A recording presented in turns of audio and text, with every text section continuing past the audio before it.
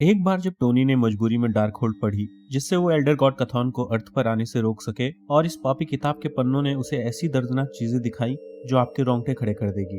ये dark hold अपनी Wanda वाली वही बुक है जो आपने मल्टीवर्स ऑफ मैडनेस में देखी होगी। अब बढ़ते हैं कॉमिक्स की ओर। वर्जीनिया पॉट्स स्टार्क इंडस्ट्रीज में एक टॉप साइंटिस्ट और एग्जीक्यूटिव है। टोनी उसे प्यार से पेपर बुलाता है और वो उसकी बहुत सारी उल्टी सीधी हरकतों को नजरअंदाज करती आई है। स्टार्क इंडस्ट्रीज की लैब में पेपर को टोनी एक ओल्ड आयरन मैन सूट में मिलता है।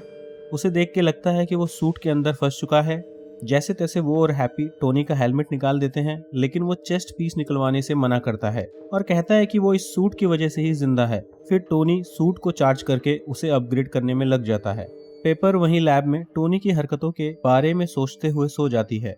जब उसकी आंख खुलती है तो टोनी उसके सामने एक अपग्रेडेड सूट में खड़ा होता है और उसे सूट की फंक्शनैलिटीज और साइंस का ज्ञान मिलने लगता है। लेकिन जैसे ही वो अपने हाथ का आर्मर निकालता है, उसके हाथ का फ्लैश भी उसके आर्मर के साथ निकल जाता है। लेकिन ये टोनी स्टार्क के भाई साहब ये हार नहीं मानता और वापस फिर से सूट को बेटर करने में लग जाता है। इसी बीच पेपर और टोनी के बीच नजदीकियां भी बढ़ जाती हैं।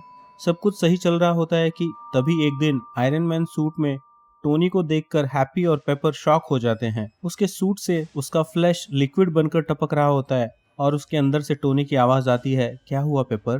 टोनी की बॉडी उसके सूट के अंदर घुल रही थी, मानो जैसे सूट और बॉडी एक हो रहे हों। अगर वो सूट को निकालने की कोशिश करेंगे तो टोनी की मौत हो सकती थी। टोनी अभी भी अपनी जिद पर अड़ा रहता है कि वो सब ठीक कर देगा और फिर वो आइसोलेशन प्रोटोकॉल एक्टिवेट कर देता है। अब पेपर टोनी की बॉडी और सूट को मर्ज होते हुए देख पा रही थी, जो काफी डरावना और दर्दनाक होता है।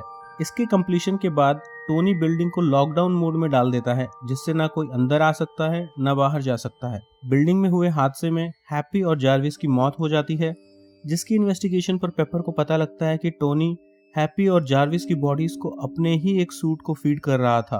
पेपर अब बिल्डिंग से निकलने का रास्ता ढूंढती है और देखती है कि टोनी का सूट ऑलरेडी बिल्डिंग के बाहर लोगों को सभी बीमारियों के इलाज का लालच देकर अपने अंदर आने को कह रहा है। ऐसे ही बहुत सारे सूट्स पूरे सिटी में थे जिसमें लोग फंसते जाते हैं और अंत में टोनी वर्जीनिया पॉट्स के पीछे से आकर उसे एक आखिरी बार प्यार से रोबोटिक वॉइस में पेपर कहते हुए अपने साथ एक एम्प्टी सूट की ओर ले जाता है।